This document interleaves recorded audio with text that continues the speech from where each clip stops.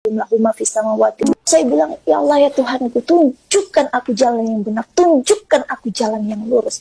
Karena setiap puluhan tahun saya hidup ya, setiap sholat itu pasti selalu mengucapkan doa itu. Ya Allah ya Tuhanku, tunjukkan aku jalan yang benar dan lurus. Tiba-tiba kok saya merasa pada saat itu fokus sama perkataan, ya Allah ya Tuhanku, tunjukkan aku jalan yang benar dan lurus. Saya merasa kok selama ini saya memikirkan langsung kehidupan yang sudah lalu, saya connect kok rasanya. Selama ini saya merasa saya minta jalan yang lurus, kok saya rasa ini bukan jalan yang lurus ya gitu loh. Ini bukan jalan yang benar ya.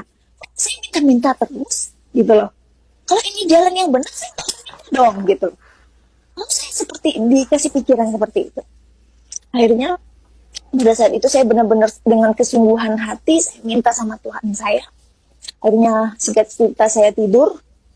Nah, ini yang aneh nih. Saat saya tidur saya bermimpi. Mimpinya itu sangat seperti nyata sekali saya rasakan. Ya, saya seperti di tengah-tengah awan. Saya seperti melayang. Kanan, kiri, depan, belakang, semuanya putih. Saya seperti benar-benar di dalam awan gitu. Saya seperti melayang, ya, seperti terbang. Saya melihat ke bawah, jantung saya tuh rasa mau copot. Pernah nggak sih? Kalau ada yang pernah naik ketinggian gitu, terus melihat ke bawah, jantungnya rasa mau copot. Itu yang saya rasakan. Rasanya nyata sekali gitu. Lalu kemudian ada gumpalan awan yang tebal bersama sinar yang terang dari jauh menghampiri saya. Lalu di belakang sinar yang terang itu ada suara. Dan suara itu berkata, jika engkau ingin selamat, percayalah engkau kepada siapa yang datang di hari akhir.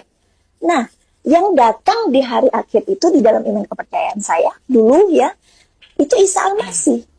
Walaupun dia dikatakan dia yang datang di hari akhir untuk menjadi hakim, tapi kami diajarkan bahwa dia hanya utusan, dia hanya nabi gitu. Setelah saya bangun, saya pikir kok ini aneh banget ya mimpi gitu. Lalu kemudian besoknya saya masih dalam keadaan yang sama, saya datang sama Allah saya ibadah, saya sholat. Nah yang anehnya lagi, saya dapat penglihatan yang belum pernah selama saya hidup, saya nggak pernah mengalami seperti itu.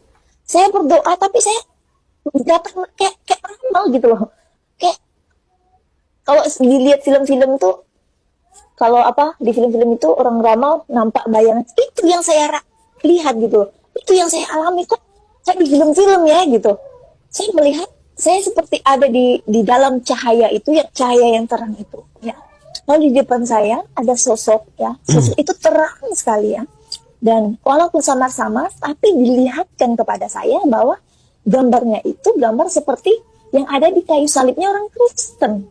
Saya bilang, ini Isa Al-Masih, ini Yesus Kristus. Nah, kenapa dia yang datang? Lalu suaranya berkata seperti ini, jika engkau ingin selamat, ikutlah aku. Lalu saya sadar.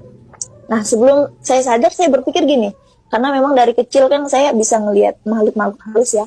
Saya berpikir ini mungkin jin gitu ya, mungkin ini setan kali ini. Jadi saya baca surat-surat gitu kan. Saya ingat banget waktu itu saya baca surat Kursi ya. Allahu la ilaha illa huwal hayyul qayyum la ta'khudhuhu sinatun wa la nawm lahu ma fis samawati wa ma fil ardh sampai habis. Akhirnya saya beranikan buka diri. Saya bilang, nah ini setan pasti.